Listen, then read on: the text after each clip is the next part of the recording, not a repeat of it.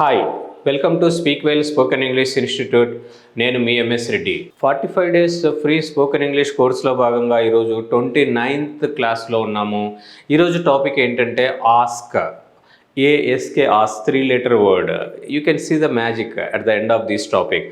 చాలామంది ఇది ఒక పదంగానే చూస్తుంటారు. దీన్ని మనం ఒక టాపిక్గా చేయొచ్చు. ఎలా చేయొచ్చో చూద్దాం. ఇప్పుడే కొత్తగా మన ఛానల్కి వచ్చిన వాళ్ళైతే ఛానల్ సబ్స్క్రైబ్ చేసుకొని పక్కనే ఉన్న బెల్ ఐకాన్ క్లిక్ చేసుకోండి. మేము చేసే ఇలాంటి యూస్ఫుల్ వీడియోస్ మీకు నోటిఫికేషన్ రూపంలో ఎప్పటికప్పుడు తెలుస్తూ ఉంటాయి. ఇంకా లైక్ చేయని వాళ్ళు వీడియో నచ్చితే లైక్ చేసి సబ్స్క్రైబ్ చేసుకోవడం వల్ల మాకు ఇంకా ఎంతో ఎంకరేజింగ్గా ఉంటుంది. Now let us move on to the topic. ఈరోజు టాపిక్ ఏంటంటే ఆస్క్. ఆస్క్ అంటే అడుగుట, చెప్పుట. మనము సెకండ్ పర్సన్కి చెప్పి వాళ్ళని చేయమని చెప్తున్నాము. ఒక వ్యక్తిని ఇంకొక పని చేయమని అతనికి చెప్పమని చెప్పడం. ఈ ఎగ్జాంపుల్తో చూద్దాం, ఈజీగా అర్థమవుతుంది. ఆల్రెడీ మనం లెట్ క్లాస్ విన్న వాళ్ళకి కొంచెం ఈజీగా అర్థమవుతుంది ఇది. These are all imperative sentences. అంటే ఇక్కడ సబ్జెక్ట్ ఉండదు, but it is implied as second person, the person with whom we are speaking. మనం ఎవరితో మాట్లాడుతున్నామో ఆ వ్యక్తికి చెప్పినట్లుగా ఉంటుంది అనమాట. అంటే ఒక అడ్వైస్ చెప్పినట్టుగా, ఆర్డర్ చెప్పినట్టుగా, కమాండ్ చెప్పినట్టుగా. Ask plus object plus to plus verb one. ఈ ఓడబ్ల్యూఎస్ అంటే అదర్ వర్డ్స్ అని అర్థం. మన క్లాసెస్ ప్రీవియస్ వీడియోలు చూసిన వాళ్ళకి అర్థమవుతుంది. ఫస్ట్ టైం చూస్తున్న వాళ్ళు OWS is nothing but other words అని అర్థం. ఆస్క్ చెప్పి ఆ ఆబ్జెక్ట్ పెట్టి చెప్పడం వల్ల అంటే ఈ పని చేయమని మనం ఆ ఆబ్జెక్ట్ని అడుగుతున్నట్టు. Example, ask Ramu to attend classes regularly. అంటే ఏమీ లేదు అంటే ఇక్కడ యూ ఉన్నట్టుగా అర్థం. Ask Ramu to attend classes regularly అంటే నువ్వు రాముని రెగ్యులర్గా క్లాస్ రామని చెప్పు అని అర్థం. So these are all imperative sentences. Imperative sentences అంటే ఆల్రెడీ కొన్ని క్లాసెస్ విన్న వాళ్ళకి ఐడియా ఉంటుంది. సింపుల్గా చెప్పాలంటే కమ్ హియర్, ఇక్కడికి రండి, గో దేర్, అక్కడికి వెళ్ళండి, సిట్ డౌన్, స్టాండప్. స్టాండప్ అంటే యూ స్టాండప్, సిట్ డౌన్ అంటే you sit down, get out అంటే యూ గెట్ అవుట్, షటప్ అంటే యూ షటప్. ఇక్కడ సబ్జెక్ట్ ఏంటి? ఎవరితో మాట్లాడుతున్నాం వాళ్ళే. ఇక్కడ ask Ramu to attend classes regularly అంటే you ask Ramu to attend classes అని అర్థం. సేమ్ ఇదే నెగిటివ్లో చెప్పినప్పుడు don't ask Ramu to attend classes regularly. Don't plus ask plus object plus to plus verb one. ఇక్కడ కూడా మళ్ళీ సబ్జెక్ట్ ఏంటి, ఆబ్జెక్ట్ ఏంటి అంటే subjective form of the person I వచ్చినప్పుడు ఇక్కడ ఇది ఆబ్జెక్టివ్ ఫామ్లో మీ అవుతుంది. Ask me to do this work, నన్ను ఈ పని చేయమని చెప్పు అంటే కానీ ask I to do this work అనకూడదు. వి అజ్ అవుతుంది, దే దెమ్ అవుతుంది, హీ హిమ్ షీ హర్. యువే అవుతుంది. యూజువల్గా యూ ఆల్రెడీ మనకి ఇక్కడ సబ్జెక్ట్గా ఉంటుంది కాబట్టి ఆబ్జెక్ట్గా యూజ్ చేయం. చేస్తే ఎలా ఉంటుంది అనేది ప్రాక్టీస్లో అవసరం అనుకుంటే చేద్దాం. Ask Ramu to attend classes regularly, రాముని రెగ్యులర్గా క్లాస్ అటెండ్ అవ్వమని చెప్పు. Ask the servant to keep the premises clean అంటే ఆ పని మనిషిని పరిసరాలను శుభ్రంగా ఉంచుకోమని చెప్పు.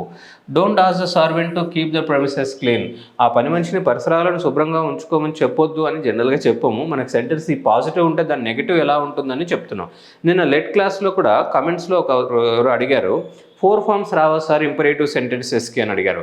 ఇంపరేటివ్ సెంటెన్సెస్కి 4 ఫార్మ్స్ ఉండవు, ఓన్లీ పాజిటివ్, నెగిటివే. అలాగే పాస్ట్ టెన్స్, ఫ్యూచర్ కూడా ఉండదు, ఓన్లీ ప్రజెంట్. ప్రజెంట్లోనే that too positive, negative. Come in, don't come in, లోపలికి రా, కమిన్. డోంట్ కమిన్, లోపలికి రావద్దు. అంతే. ఇంకా వీటికి మళ్ళీ 4 ఫార్మ్స్, ఇంట్రాగేటివ్ వర్డ్స్ ఏమీ రావు. రెగ్యులర్గా సబ్జెక్ట్తో యూజ్ చేసే సెంటెన్స్కి మనకు 4 ఫార్మ్స్ వస్తాయి. Positive, negative, positive interrogative, negative interrogative, present, past, future, మళ్ళీ వాటికి ఇంట్రాగేటివ్ వర్డ్స్ యాడ్ చేయడం, ఇవన్నీ వస్తాయి. ఇక్కడ ask Raju to pay fee అంటే రాజుని ఫీజు చెల్లించమని చెప్పు అంటే నువ్వు చెప్పు అని అర్థం. Don't ask Raju to pay fee అంటే త్వరలో ఏదో వేవరు అనౌన్స్మెంట్, ఎలక్షన్ మూమెంట్లో ఏదైనా డిస్కౌంట్స్ వస్తాయేమో వెయిట్ చేయమని చెప్పడం. Ask them to practice well, వాళ్ళని బాగా ప్రాక్టీస్ చేయమని చెప్పు. Don't ask them to practice well ఇలా చెప్పము. ఒకవేళ చెప్పాల్సి వస్తే ఇక్కడ సేమ్ ఎగ్జాంపుల్ తీసుకొని చెప్తున్నాం. మనకు సేమ్ ఎగ్జాంపుల్ రాకపోవచ్చు, వేరే ఎగ్జాంపుల్ వాడుతుంటాం. Ask her to serve food, ఆమెను భోజనం వడ్డించమని చెప్పు. Don't ask her to serve food, ఆమెను భోజనం వడ్డించమనొద్దు లేదా వడ్డించమని చెప్పొద్దు. అది మనకు తెలుగే ఒకలాగా ఒక సిచ్యువేషన్లో మాట్లాడుతున్నాం. ఇంగ్లీష్ నేర్చుకుంటే ఇంగ్లీషే చాలా ఈజీ తెలుగు కంటే, మీరు చెప్పాలనుకున్న విషయం. వీటిని కొన్ని ఎగ్జాంపుల్స్తో చూద్దాం, ఇంకా ఈజీగా మనం డే టు డే లైఫ్లో ఎలా మాట్లాడతామో తెలుస్తుంది. ప్రాక్టీస్ ఎగ్జాంపుల్స్ ఒక 2-3 సెంటెన్సెస్ కలిపి ఒకటే సెంటెన్స్కి ఎలా చేద్దాం చూద్దాం. ఆ పని మనిషిని త్వరగా రమ్మని చెప్పు, లేకపోతే పని మానేయమని చెప్పు అంటే ఇది ఒక కంప్లీట్గా ఒక మీనింగ్ఫుల్ ప్రేజ్ క్లాజ్ సెంటెన్స్ లాగా. దీన్ని లేకపోతే మానేయమని చెప్పు అంటే అన్నీ ఇంటర్డిపెండెంట్. ఇది కంప్లీట్ సెంటెన్స్ కాంప్లెక్స్ కాంపౌండ్ సెంటెన్సెస్లో ఎలా అయితే మనము లెంతీ సెంటెన్సెస్ యూస్ చేస్తామో అలానే అనుకోండి. ఇది ఒకసారి ప్రాక్టీస్ చేస్తే ఇంత ఈజీనా అన్నట్టుగా ఉంటుంది. కానీ ఈరోజు మాత్రం పని మానేయమని చెప్పకు. ఇక్కడ ఈ ముందు సెంటెన్సెస్ ఈ క్లాసెస్ లేకపోతే దానికి మీనింగ్ ఉండదు. అందుకే అన్నీ కలిపి ఒక సెంటెన్స్ అవుతుంది. ఎందుకంటే చేయాల్సిన పని చాలా ఉంది ఈరోజు. ఈ అన్ని ప్రేజెస్ కలిపి అన్ని క్లాజెస్ కలిపి ఒక సెంటెన్స్ అవుతుంది. ఎగ్జాంపుల్, ఆ పని మనిషిని త్వరగా రమ్మని చెప్పు అంటే ask the servant to come early. Servant అంటే మేల్ అవ్వచ్చు ఫీమేల్ అవ్వచ్చు. యూజువల్గా మేల్ సర్వెంట్ అన్నప్పుడు సర్వెంట్ అంటాము, ఫీమేల్ అన్నప్పుడు సర్వెంట్ మెయిడ్ లేదా మెయిడ్ అంటాము. అంటే ఫీమేల్ ఎస్పెషల్లీ ఇంట్లో పనులు చేయడం, household activities, cooking, cleaning, dusting ఇలా ఎక్సెట్రా చేసే వాళ్ళని మెయిడ్ అనొచ్చు. అదర్వైజ్ లేకపోతే కాకపోతే ask her to stop her job. ఆమెను పని మానేయమని చెప్పు. But don't ask her to stop her job today. కానీ ఈరోజు మాత్రం పని మానేయమని చెప్పొద్దు. Because there is a lot of work to be done. చాలా పని ఉంది, చేయాల్సిన పని అని చెప్పడం. సో ఇదంతా ఒకసారి మీరు ఏం చేస్తారంటే, ఆల్రెడీ ఇక్కడ వీడియో వింటున్నారు, ఈ తెలుగు చూసి మీ ఓన్గా సెంటెన్స్ ఫ్రేమ్ చేయండి. Then you definitely can do well. ఇంకొక ఎగ్జాంపుల్ తీసుకుంటే, ఆమెను ఆలు కర్రీ వండమని చెప్పు, లేకపోతే టమాటో కర్రీ వండమని చెప్పు, కానీ వంకాయ కర్రీ వండమని మాత్రం చెప్పకు. ఎందుకంటే నాకు వంకాయ కూర ఇష్టం ఉండదు. ఇక్కడికి పాస్ చేయండి. నేను ఇంగ్లీష్ ఎక్స్ప్లెయిన్ చేయడానికి ముందే మీరు ఓన్గా ట్రై చేయండి. ఆ సెంటెన్స్ మీరు కరెక్ట్గా చెప్పగలుగుతున్నారా, రాయగలుగుతున్నారా లేదో చూడండి. Then you really can enjoy the topic. ఆమెను ఆలు కర్రీ వండమని చెప్పు. Ask her to prepare potato curry. Otherwise ask her to prepare tomato curry. లేదంటే టమాటో కర్రీ వండమని చెప్పు. But don't ask her to prepare brinjal curry. కానీ వంకాయ కూర వండమని మాత్రం చెప్పకు. Because I don't like brinjal curry. ఎందుకంటే నాకు వంకాయ కూర ఇష్టం ఉండదు.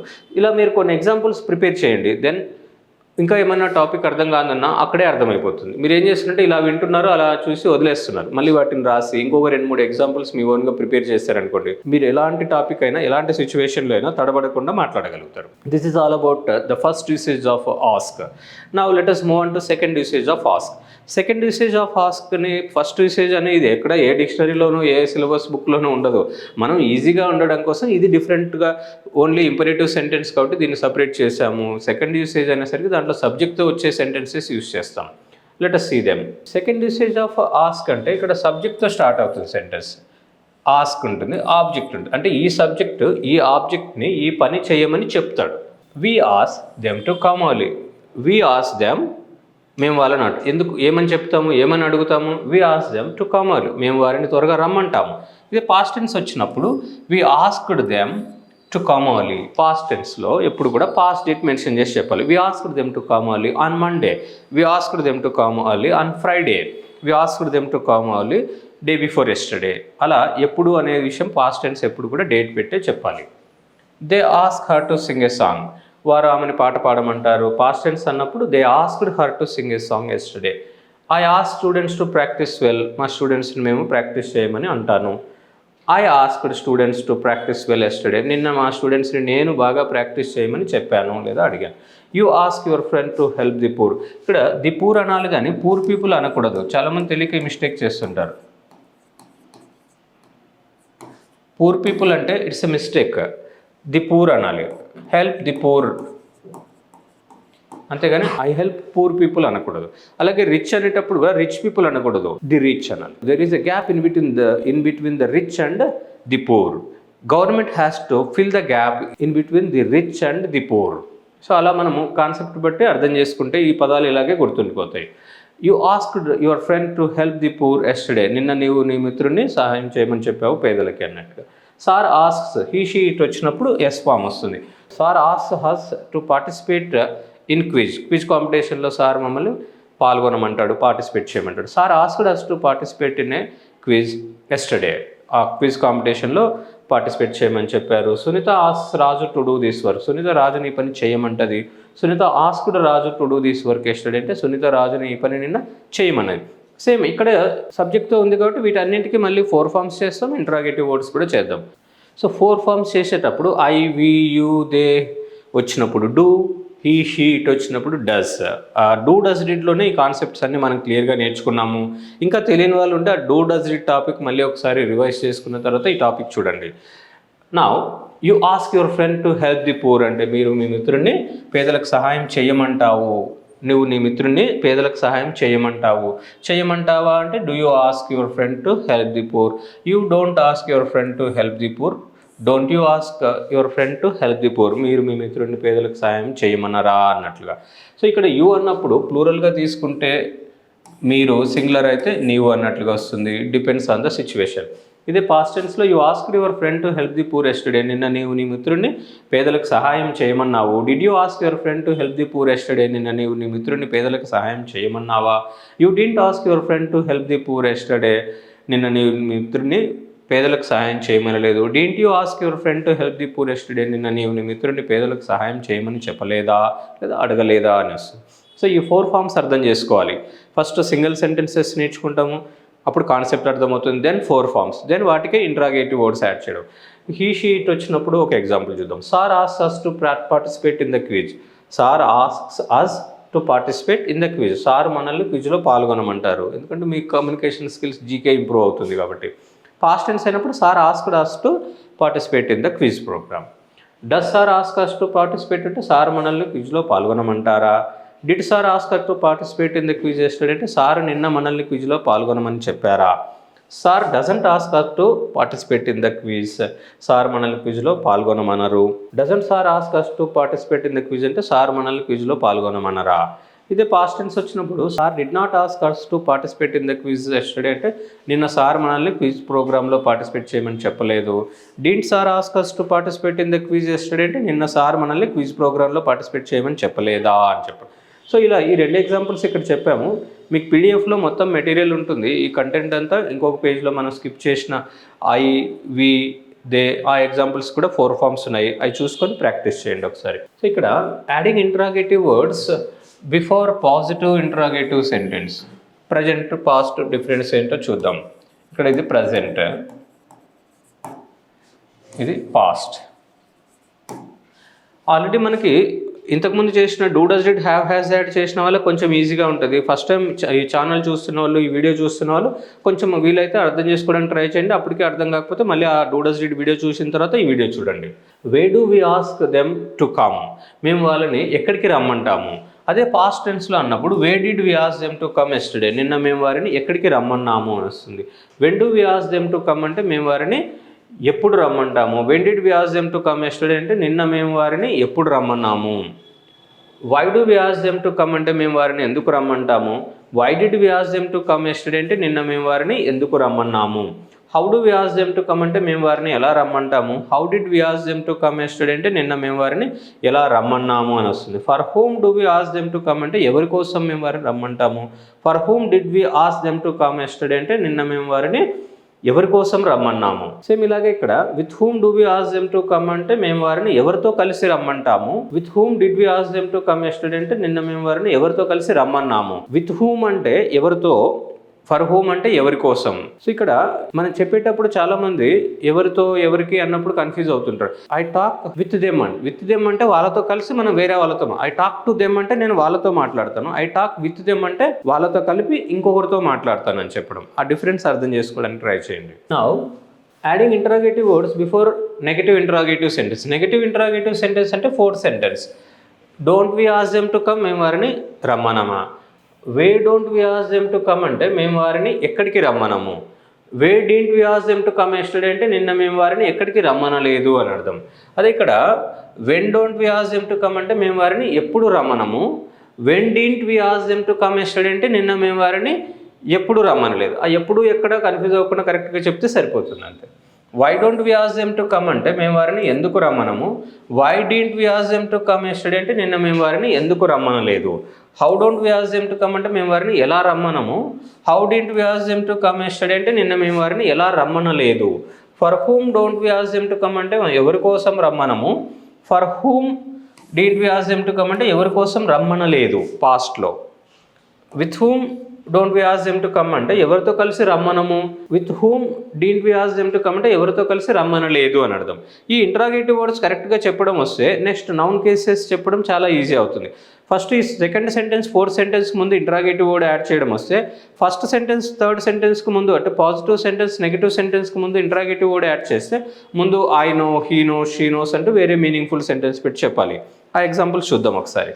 While adding interrogative words before this positive sentence and negative sentence, ఆ సెంటెన్స్ బిగినింగ్లో ప్రజెంట్ అయినా పాస్ట్ అయినా ఈ I know, we know, he knows అంటూ వేరే ఎగ్జాంపుల్ యాడ్ చేయాలి, వేరే సెంటెన్స్ యాడ్ చేయాలి. అప్పుడే అది మీనింగ్ఫుల్గా ఉంటుంది. Let us see this example. Where we ask them to come అంటే మేము వారిని ఎక్కడికి రమ్మంటాము అని. మేము వారిని ఎక్కడికి రమ్మంటాము అంటే where do we ask them to come, మేము వారిని ఎక్కడికి రమ్మంటాము అని అంటే అది ఇన్కంప్లీట్గా ఉంది కాబట్టి ముందు ఇంగ్లీష్లో హీ నోస్ అని పెట్టాము, తెలుగులో అతనికి తెలుసు. He knows where we ask them to come, మేము వారిని ఎక్కడికి రమ్మంటామో అతనికి తెలుసు. ఇది పాస్ట్ టెన్స్ వచ్చినప్పుడు he knows where we asked them to come yesterday, నిన్న మేము వారిని ఎక్కడికి రమ్మన్నామో అతనికి తెలుసు. He knows when we ask them to come, మేము వారిని ఎప్పుడు రమ్మంటామో అతనికి తెలుసు. He knows when we asked them to come yesterday అంటే నిన్న మేము వారిని ఎప్పుడు రమ్మన్నామో అతనికి తెలుసు అని చెప్పడం. He knows why we ask them to come, మేము వారిని ఎందుకు రమ్మంటామో అతనికి తెలుసు. He knows why we asked them to come అంటే ఎందుకు రమ్మన్నామో అతనికి తెలుసు. సేమ్ అలాగే ఇక్కడ నెగిటివ్ సెంటెన్స్కి ముందు ఇంటరాగేటివ్ వర్డ్ యాడ్ చేస్తే he knows where we don't ask them to come, మేము వారిని ఎక్కడికి రమ్మనమో అతనికి తెలుసు. He knows where we didn't ask them to come yesterday, నిన్న మేము ఎక్కడికి రమ్మనలేదో అతనికి తెలుసు. He knows when we don't ask them to come, మేము వారిని ఎప్పుడు రమ్మనమో అతనికి తెలుసు. He knows when we didn't ask them to come yesterday, నిన్న మేము వారిని ఎప్పుడు రమ్మనలేదో అతనికి తెలుసు. ఇలా ఈ రిమైనింగ్ ఎగ్జాంపుల్స్ మీ ఓన్గా ప్రాక్టీస్ చేయండి. మరి వీడియో లెంత్ ఎక్కువ అవుతుందని ఇక్కడితో ఆపేస్తున్నాము. మీరు చేయాల్సింది ఏంటంటే మొత్తం ఈ టాపిక్ అంతా పీడిఎఫ్ లింక్ డిస్క్రిప్షన్లో ఉంటుంది. వీలైతే బిగ్ స్క్రీన్లో చూడండి, ల్యాప్టాప్లో కానీ సిస్టంలో కానీ, చిన్న ఫోన్లో అది కూడా మరి షార్ట్ స్క్రీన్లో చూస్తే మీకు చదువు వస్తుందో రాదో కానీ సైట్ వస్తుంది. వీలైనంతవరకు బిగ్ స్క్రీన్లో చూడండి, చివరి దాకా చూడండి. అప్పుడే మేము పెట్టిన ఎఫర్ట్స్ అంతా మీకు యూజ్ అవుతుందని వీ ఆల్సో ఫీల్ హ్యాపీ. మరొకసారి రిమైండ్ చేస్తున్నాము, మా దగ్గర 2 weeks complete full day program ఉంటుంది. Daily 10 hours classes practice. ఈ 10 days 12 daysలోనే 100 hours 120 hours ప్రోగ్రామ్ ఇది. ఎలాంటి వాళ్ళకైనా సరే మినిమం గ్యారంటీతో నేర్చుకుని ఆల్రెడీ వాళ్ళకి ఒక 50% వచ్చి అనుకోండి, కనీసం 60-70% వచ్చే ఛాన్సెస్. 70% వచ్చి అనుకోండి, ఇంకొక 5-10% అయినా ఇంప్రూవ్మెంట్ ఉంది. ఇలా ఆన్లైన్ క్లాసెస్, ఆఫ్లైన్ క్లాసెస్ ఉంటాయి. ఈ దసరా హాలిడేస్లో చాలామంది అడుగుతున్నారు కాబట్టి ఈ ప్రోగ్రామ్ ఈ టైంలో పెడదాం అనుకుంటున్నాము. ఇంట్రెస్ట్ ఉన్న వాళ్ళు స్క్రీన్ మీద కనిపిస్తున్న నెంబర్కి కాల్ చేసి డీటెయిల్స్ తీసుకోండి.